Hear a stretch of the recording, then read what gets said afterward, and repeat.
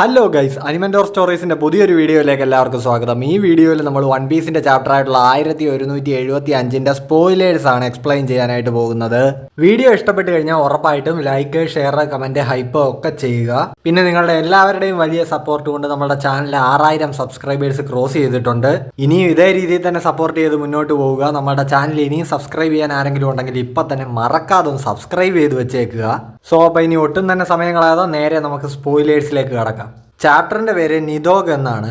ഇപ്പോൾ ചാപ്റ്ററിന്റെ തുടക്കത്തിൽ നമ്മൾ കാണുന്നത് നമ്മുടെ സാഞ്ചി ഡിയാബിൾ ജമ്പ് ഉപയോഗിച്ചിട്ട് റോബിന്റെ ദേഹത്ത് ചുറ്റിയിരിക്കുന്ന ആ സോമേഴ്സിന്റെ മുള്ളെല്ലാം കത്തിച്ച് കളയുന്ന ഒരു കിടിലൻ സീനാണ്.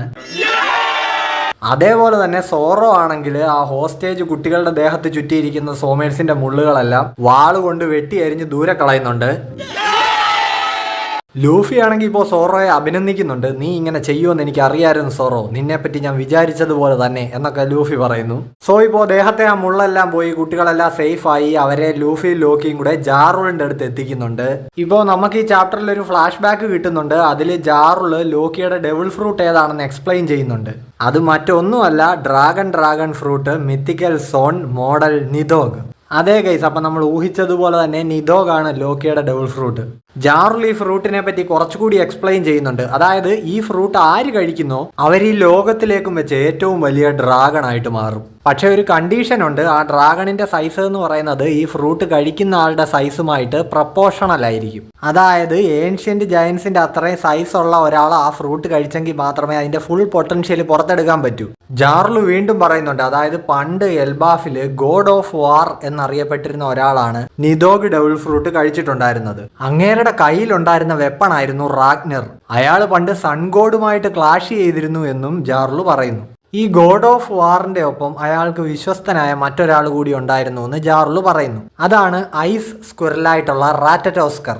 ഗൈസ്, നമ്മളുടെ വീഡിയോസ് കാണുന്നവരാണെങ്കിൽ അറിയാം, മുമ്പ് ഒരു സ്പോയിലർ വീഡിയോയിൽ ഈ റാറ്ററ്റോസ്കറിനെ പറ്റി ഞാൻ പറഞ്ഞിട്ടുണ്ടായിരുന്നു. ഈ ഡ്രസീൽ എന്ന് പറയുന്ന മരത്തിന്റെ അണ്ടർവേൾഡിൽ താമസിക്കുന്ന ഡ്രാഗണാണ് നിദോഗ്. ആ മരത്തിന്റെ ടോപ്പിലായിട്ട് ഒരു പരുന്തുണ്ട്. ഇവർക്കിടയിൽ മെസ്സേജ് പാസ് ചെയ്യുന്ന ഒരു അണ്ണാനാണ് ഈ റാറ്ററ്റോസ്കർ. എല്ലാം നോർസ് മിത്തോളജി ബേസ്ഡ് ആണ്. ഇനി ഈ ചാപ്റ്ററിൽ നമ്മൾ ഏറെ കാത്തിരുന്ന ഒരു മൊമെന്റ് ആണ്, അതായത് ലൂഫി സോമേഴ്സിനെ പഞ്ഞിക്കിടുന്നുണ്ട്. ഗിയർ 5ന്റെ ഒരു പുതിയ ടെക്നിക്ക് തന്നെയാണ് ലൂഫി സോമേഴ്സിന് നേരെ ഉപയോഗിക്കുന്നത്. അതായത് ഗൊമുഗൊമുനോ ഡോൺ തോർ റൈഫിൾ. ഗൊമുഗൊമുനോ തോർ എലിഫന്റ് ഗണ്ണൊക്കെ ലൂഫി ഡ്രസ് റോസയിൽ വെച്ചിട്ട് യൂസ് ചെയ്തിട്ടുണ്ടായിരുന്നു. ഇപ്പോൾ ഈ ടെക്നിക്ക് എന്താണെന്ന് നോക്കിക്കഴിഞ്ഞാൽ ലൂഫിയുടെ ജയന്റ് ആയിട്ടുള്ള ഒരു കൈ വന്നിട്ട് സോമേഴ്സിന്റെ മൊത്തം ശരീരവുമായിട്ട് കണക്ട് ആയിട്ട് അങ്ങേരെ ഷോക്ക് അടുപ്പിക്കുകയാണ്.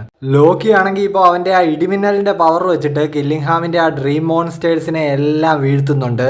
ഇമു ആണെങ്കിൽ ഇപ്പോൾ ഹോളി ലാൻഡിൽ ഇരുന്നിട്ട് ലോക്കിയുടെ ഈ അറ്റാക്കിന് റിയാക്ഷൻ ഇടുന്നുണ്ട്. ഇമു ആണെങ്കിൽ പറയുന്നുണ്ട്, ഓ നിദോഗ്, അപ്പോൾ നീ എൽബാഫിൽ തന്നെ ഉണ്ടായിരുന്നു അല്ലേ. അപ്പോൾ ഇങ്ങനെ ഒരു കിടിലൻ പോയിന്റിലാണ് ഈ ചാപ്റ്റർ അവസാനിക്കുന്നത്. സ്പോയിലേഴ്സ് കണ്ടിടത്തോളം നല്ല വമ്പം ഫൈറ്റ് ഒക്കെ ഉള്ള ഒരു കിടിലൻ ചാപ്റ്റർ തന്നെ ആയിരിക്കും ഇത്.